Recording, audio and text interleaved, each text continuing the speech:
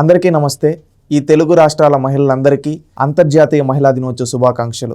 మన తెలుగు రాష్ట్రాల్లో మహిళల పరిస్థితి ఎలా ఉంది ఒకప్పుడు, నేడు ఎలా ఉందనేది మనం ఒక్కసారి గతంలోకి వెళ్ళి చూస్తే ఈ రోజు మనం ఎదిగిన తీరు, ఈ విధంగా మనకు సహకరించిన వ్యక్తుల్ని మనం గుర్తు చేసుకోవాల్సిన అవసరం ఉంది. ఎందుకంటే మన తెలుగు రాష్ట్రాల మహిళల తలరాత ఏ నాటి నుంచి మారిందో మనందరం ఒక్కసారి ఈ రోజు మహిళా దినోత్సవ సందర్భంగా గుర్తు చేసుకోవాల్సిన బాధ్యత ప్రతి ఒక్కరిపై ఉంది. మనం చూసుకుంటే ఒకప్పుడు మన తెలుగు రాష్ట్రాల్లో మహిళల పరిస్థితి ఎలా ఉండేదంటే, ఏదన్నా ఆడబిడ్డ పుడితే కొంచెం ఒక వయసు వచ్చిన తర్వాత పెళ్లి చేసి అత్తగారింటికి పంపించామా, లేకపోతే అత్తగారింటికి వెళ్ళిన తర్వాత ఇంట్లో పనులు చేసుకునిందా, లేదా పొలం పనులు చూసుకునిందా, అంతే, అంతటితో మాత్రమే అనే మహిళల పరిస్థితి నుంచి, ఏదంటే చదువు అంటే ఏం చదివిపిస్తాంలే ఆడబిడ్డల్ని అనే అనుకునే రోజుల నుంచి ఈ రోజు ఏ విధంగా మనం రూపాంతరం చెందామో మనందరం ఒక్కసారి గుర్తు చేసుకోవాలి. దీనికి మూల కారణం ఎన్టీ రామారావు గారు, ఆనాడు తెలుగుదేశం పార్టీ ఆవిర్భావం ముఖ్యంగా దీనికి కారణం. ఎందుకంటే అప్పటి వరకు మహిళల పరిస్థితి ఎలా ఉంటే, ఆనాడు తెలుగుదేశం పార్టీ పెట్టిన తర్వాత ఎన్టీ రామారావు గారు మహిళల్ని సాధికారతలో వీళ్ళు సాధించాలని ఆ రోజు నమ్మి ఆ రోజు ఎన్నో పథకాలను శ్రీకారం చుట్టారు.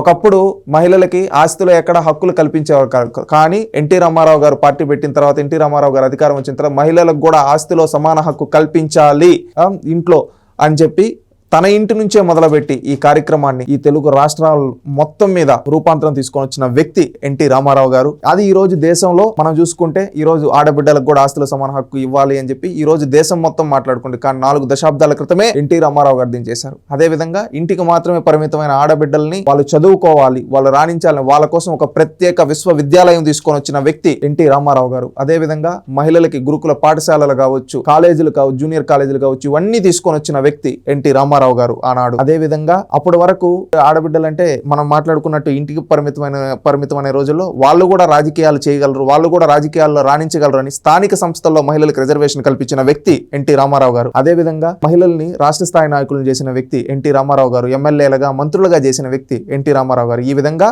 మహిళలకు అవకాశాలు రాజకీయాల్లో ఇచ్చిన వ్యక్తి, మహిళలను గౌరవించడం కావచ్చు, ఎన్నో పదవులు ఇచ్చి వాళ్ళని ఉన్నత స్థాయిలో కూర్చోబెట్టిన వ్యక్తి ఎన్టీ రామారావు గారు. ఆ తర్వాత చంద్రబాబు నాయుడు గారు కూడా మనం చూసుకుంటే మహిళలు చదువుతూ ఉన్నారు, కానీ వాళ్ళకి మనం ఏదన్నా ఒక రిజర్వేషన్ అనేది అందించగలిగితే వాళ్ళకి మనం ఒక బూస్టప్ ఇచ్చిన విధంగా ఉంటుందని చెప్పి ఈ రోజు మనం మాట్లాడుకుంటున్నాం పార్లమెంట్ లో, అదే విధంగా శాసనసభల్లో ఇట్లో 33% రిజర్వేషన్ పాలిటిక్స్ లో. కానీ ఆ రోజుల్లోనే ఉద్యోగాల్లో, కాలేజీల్లో 33% రిజర్వేషన్ ఇచ్చిన వ్యక్తి చంద్రబాబు నాయుడు గారు. అది మనం ప్రతి ఒక్కరం గుర్తు చేసుకోవాల్సిన అవసరం ఉంది. అదే కాకుండా ఆనాడు డ్వాక్రా సంఘాలు తీసుకొని వచ్చి మన ఆడబిడ్డల్ని ఎంపవర్ చేయడంలో కీలక పాత్ర పోషించిన వ్యక్తి చంద్రబాబు నాయుడు గారు. ఇదే కాకుండా మనం ఈరోజు ఎక్కడైనా బస్సులు ఎక్కితే కండక్టర్లుగా మహిళల్ని చూస్తుంటాం. ఫస్ట్ టైం మహిళల్ని కండక్టర్లుగా ఇంట్రడ్యూస్ చేసిన వ్యక్తి చంద్రబాబు నాయుడు గారు. ఇవే కాకుండా ఆనాడు చదువుల పండుగ కావచ్చు, అనేక కార్యక్రమాలు తీసుకొని వచ్చి మహిళలకి కోసం వెన్నంటి నిలబడి వాళ్ళ సాధికార సాధించే, వాళ్ళు చదువుకోవాలి, ప్రభుత్వంలో వాళ్ళు భాగస్వాములు అవ్వాలని ఎంతోమంది మహిళలను రాజకీయాల్లోకి తీసుకొని ఉన్నత స్థాయిలో కూర్చోబెట్టిన వ్యక్తి చంద్రబాబు నాయుడు గారు. ఈ విధంగా మహిళలకి అన్నిట్లో సమాన హక్కు, అదేవిధంగా విద్యలో, ఈ విధంగా ప్రతి ఒక్క రంగంలో మహిళలు రాణించాలని తప్పించిన వ్యక్తి చంద్రబాబు నాయుడు గారు వీళ్ళు. అదేవిధంగా మనం చూసుకుంటే 2014 నుంచి 19 వరకు ఒక తెలుగుదేశం పార్టీ హయాంలో మనం ఎన్నో పథకాలను తీసుకొని రావడం. దాంట్లో ముఖ్యంగా తల్లి బిడ్డ ఎక్స్ప్రెస్ కావచ్చు, ఎన్టీఆర్ బేబీ కిట్లు కావచ్చు, బసవతారక మదర్ కిట్ కావచ్చు, ఇవన్నీ చూసుకుంటే ఈ తల్లి బిడ్డ ఎక్స్ప్రెస్ అనేది ఎందుకంటే ముఖ్యంగా ఎక్కడన్నా ప్రభుత్వ ఆసుపత్రుల్లో డెలివరీ అయితే ఎవరన్నా ఆడబిడ్డలకి కనీసం ఆ రోజు వెళ్ళేదానికి కూడా, వాళ్ళు ఎక్కడన్నా పల్లెటూర్లకు వెళ్ళాలంటే రోడ్లు కూడా సరిగ్గా ఉండేటివి కాదు. అప్పుడు ఏంటంటే వాళ్ళు ఏదైనా ఆటోలో ఈ విధంగా వెళ్తూ ఉంటే ఎంతో సమస్యలు ఆ రోజు చూసేవాళ్ళు. దీనికి ఎట్టయినా మనం శాశ్వత పరిష్కారం చూపించాలి అని చెప్పి తల్లి బిడ్డ ఎక్స్ప్రెస్ తీసుకొని రావడం జరిగింది. ఆ పుట్టిన బిడ్డ కోసం వాళ్ళ హెల్త్, ఇవన్నీ వాళ్ళ హైజీన్, అదేవిధంగా న్యూట్రిషన్ ఫుడ్ వాళ్ళకి అందించడం కోసం మనం చూసుకుంటే ఎన్టీఆర్ బేబీ కిట్ల ద్వారా కావచ్చు, బసవతారక మదర్ కిట్ ద్వారా కావచ్చు, అదేవిధంగా అంగన్వాడీ కేంద్రాలు కొత్తగా నిర్మించి అంగన్వాడీ కేంద్రాల ద్వారా అక్కడ ఎవరన్నా వాళ్ళ పరిమితుల్లో ఉండే పిల్లలు ఎవరన్నా ఉంటే వాళ్ళకి న్యూట్రిషన్ ఫుడ్ అందించడం కోసం కావచ్చు, ఎన్నో కార్యక్రమాలు ఆనాడు రూపకల్పన చేయడం జరిగింది. ఈ విధంగా చేయడమే కాకుండా ఉచిత శానిటరీ నాప్కిన్స్ ఎవరైతే చదువుకుంటున్నారో ఆడపిల్లలకి వాళ్ళకి ఉచితంగా ఇవ్వడం జరిగింది. ఇదే విధంగా పసుపు కుంకుమ కావచ్చు, సామూహిక శ్రీమంతాలు కావచ్చు, మహిళలకు ఉచిత వైద్య పరీక్షలు కావచ్చు, ముఖ్యంగా ఇంకొకటి ఏంటంటే బడికొస్తా పథకం ద్వారా మహిళలకు సైకిళ్ళు అందించడం కావచ్చు. అప్పటి వరకు ఏంటంటే ఊర్లో ఎలా ఉండేదంటే పరిస్థితి, మన ఊర్లో స్కూల్ ఉంది, మన ఆడబిడ్డ 5వ తరగతి వరకు 7వ తరగతి వరకు చదివింది, ఇంకేం చదువుతాంలే, ఇంకా ఇప్పటి వరకు చదువుకుని చాలు అనుకునే రోజుల్లో కాదు, మీరు పంపివ్వండి మీ పిల్లలకి, ఆడబిడ్డలకి నేను సైకిళ్ళు ఇస్తాను అని చెప్పి సైకిళ్ళు ఇచ్చి ఆ రోజు వాళ్ళని ఎంపవర్ చేసి చదువుకి వాళ్ళకి కావాల్సింది ఈ విధంగా రిజర్వేషన్లు కావచ్చు, ఇలాంటి ఎన్నో చైతన్యాన్ని తీసుకొని వచ్చారు. మళ్ళీ పెళ్లి కానుకలు కావచ్చు, డ్వాక్రా రుణాలు కావచ్చు, షీ ఆటోలు కావచ్చు. ఈరోజు మనం చూస్తుంటాం కొన్ని ఊర్లలో ఆటో డ్రైవర్లు కూడా మహిళలు ఉంటారు. ఆ విధంగా మహిళలు దేంట్లో తక్కువ కాదు, అన్నింటిలో సమానత్వం ఉండాలి అని చెప్పి ఆ రోజు మహిళలకి షీ ఆటోలు వీటిని కూడా ప్రమోట్ చేయడం జరిగింది. అభయం యాప్ కావచ్చు, అమ్మకి వందనం కావచ్చు, సబలా పథకం కావచ్చు, ఉన్నతి పథకం కావచ్చు, ఇలాంటి ఎన్నో పథకాలు మహిళల కోసం ఆనాడు చంద్రబాబు నాయుడు గారు ప్రవేశపెట్టడం జరిగింది. మహిళల సంక్షేమం కోసం, మహిళల అభివృద్ధి కోసం కాంక్షించిన తొలి వ్యక్తి ఎన్టీ రామారావు గారు, చంద్రబాబు నాయుడు గారని మనం సగర్వంగా చెప్పగలం. అదేవిధంగా 2024-26 మధ్యలో ఈ 2 సంవత్సరాల్లో మనం చూసుకుంటే కూటమి ప్రభుత్వం వచ్చిన తర్వాత తల్లికి వందన పథకం కింద దాదాపు 10,090 కోట్లు మన తల్లుల ఖాతాల్లో వేయడం జరిగింది. అదేవిధంగా స్త్రీ శక్తి ఈరోజు చూసుకుంటే ఈ ఫ్రీ బస్ ద్వారా ఎంతోమంది లబ్ధి పొందుతూ ఉన్నారు. ఒకప్పుడు ఏదంటే ఎక్కడన్నా మహిళలు ఏదన్నా ఒక ఊరి నుంచి ఇంకొక ఊరికి పోవాలన్నా డబ్బులు, ఇంట్లో భర్తను అడగాలి. ఇంకొకటి ఏంటంటే కొంతమంది పనికి వెళ్ళి వచ్చే వాళ్ళైతే ఒక ఊరి నుంచి ఒక ఊరికి వెళ్ళాలంటే వాళ్ళకి వచ్చే జీతాల్లో ఒక కాలి భాగం, ఒక 10%, 15-20% ఈ ఛార్జీలకే పోయేది. వాళ్ళకి వచ్చేది సంపాదించింది ఇంత, దీనికి ఛార్జీలకే పోతా ఉంది అనుకునేది.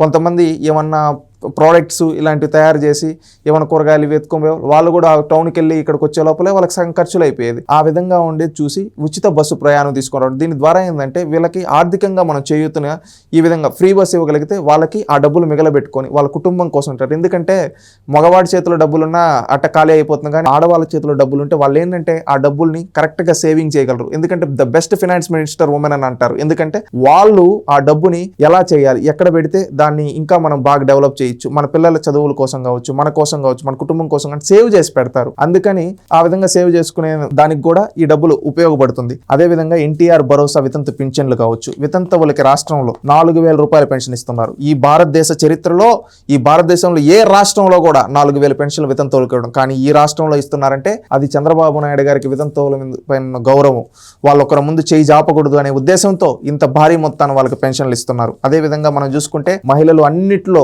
ఆకాశమే హద్దుగా వెళ్తూ ఉన్నారు. అదేవిధంగా మొన్న 15,000 పోస్టులు డిఎస్సి ఇస్తే దాదాపుగా దాంట్లో 7,955 మంది మహిళలు టీచర్ ఉద్యోగాలు సంపాదించారంటే ఏ విధంగా చూసుకోవచ్చు. ఈరోజు ఈ 2 తెలుగు రాష్ట్రాల్లో అత్యధిక మంది మహిళా టీచర్లు రిక్రూట్ అయ్యారంటే అది తెలుగుదేశం పార్టీ హయాంలోనే అని సగర్వంగా చెప్పగలం. అంటే ఒక టీచరు ఒక సమాజాన్ని నిర్మించేది, అలాంటి ఎంతోమంది మహిళలు ఒక మంచి సమాజాన్ని నిర్మించడంలో భాగమయ్యారంటే అది తెలుగుదేశం పార్టీ ఇచ్చిన డిఎస్సీల వల్ల మాత్రమే సాధ్యపడిందని నేను గర్వంగా చెప్పగలను. మనం చూసుకుంటే మహిళా కానిస్టేబుల్ మొన్న కానిస్టేబుల్ ఉద్యోగాలు ఇవ్వడం జరిగింది. దాంట్లో 993 మంది మహిళలు కానిస్టేబుల్ ఉద్యోగాలు కల్పించడం జరిగింది.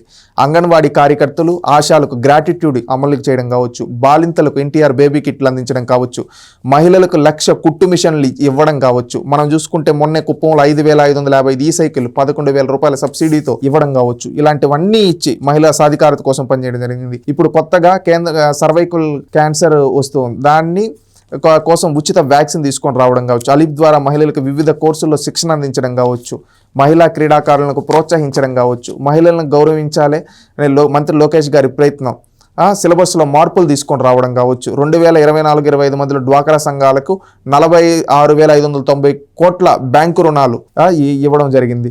అదేవిధంగా స్త్రీనిధి పథకం కింద డ్వాక్రా సంఘాలకు రుణంగా 1,375 కోట్లు ఇవ్వడం జరిగింది. సెర్పు కింద 2,170 కోట్లు పొదుపు సంఘాలకు రుణం అందించడం జరిగింది. స్వయం పేరుతో డ్వాక్రా ఉత్పత్తులకు బ్రాండింగ్.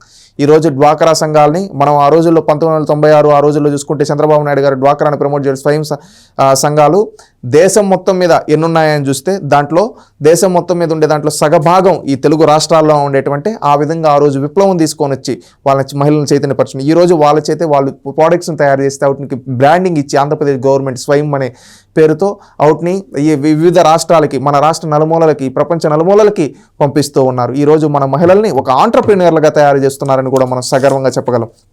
ఇవే కాకుండా 5 లక్షల మంది మహిళా పారిశ్రామికవేత్తలు తయారు చేయడమే ఒక లక్ష్యం పెట్టుకుని దాదాపుగా 93,000 మందిని మహిళలు మైక్రో ఎంఎస్ఎల్ ద్వారా ఎంటర్ప్రెన్యూర్లు అయ్యారంటే ఈ రెండేళ్లలో మనం తెలుగుదేశం పార్టీ ఏ విధంగా ముందుకు చూపిస్తుందో, ముందు చూపుతో ఆలోచిస్తుందో కూడా గుర్తుపెట్టుకోవాలి. అదేవిధంగా స్త్రీ శక్తి యాప్ కావచ్చు, మహిళల భద్రతకు ప్రాధాన్యత ఇవ్వడం కావచ్చు. మహిళల భద్రతకు ప్రాధాన్యత అని ఎందుకంటామంటే చంద్రబాబు నాయుడు గారు ఒకే మాట చెప్పారు, ఆడబిడ్డ జోలికి ఎవరన్నా వస్తే వాళ్ళకి అదే చివరి రోజని. ఈ రోజు రాష్ట్రంలో ఎవరైనా బరి తెగించి ఆడబిడ్డలపైన అత్యాచారం చేసిన, వేధింపులు చేసిన వాళ్ళకి అదే చివరి రోజు అవుతుంది. ఎందుకంటే ఈ రోజు రాష్ట్రం మొత్తం ఒక రూల్ ఆఫ్ లా నడుస్తూ ఉంది, అదే సిబిఎన్ రూల్ ఆఫ్ లా. ఎవరైనా తప్పు చేస్తే వాడు పక్క రోజు తిరిగారు, వాడే ప్రాణాలు విడిచేస్తున్నారు, అంటే ఆ భయం క్రియేట్ చేశారు. అదేవిధంగా మహిళల రక్షణ కోసం రాష్ట్రంలో అనేక చోట్ల సీసీ కెమెరాలు ఏర్పాటు చేయడం కావచ్చు, రోడ్లపైన ఈ విధంగా చేస్తూ మహిళలకి అండగా నిలబడుతూ ఎవరన్నా మహిళల గురించి క్యారెక్టర్ అసాసినేషన్ చేసినా, బాడీ షేమింగ్ చేసినా అలాంటి వాళ్ళపైన కూడా చర్యలు తీసుకుంటూ ముందుకెళ్తూ ఉంది ఈ ప్రభుత్వం.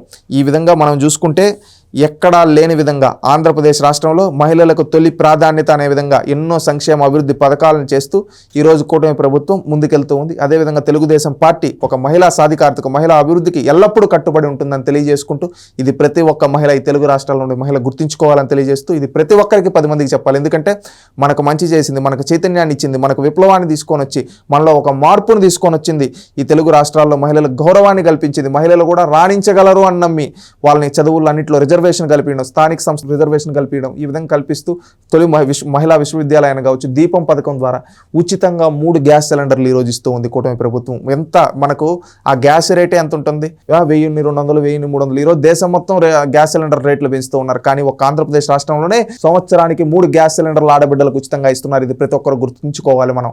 ఎందుకంటే వితంతువులకు కూడా దేశంలో ఎక్కడా లేని విధంగా ఈ రాష్ట్రంలో 4000 రూపాయల పెన్షన్.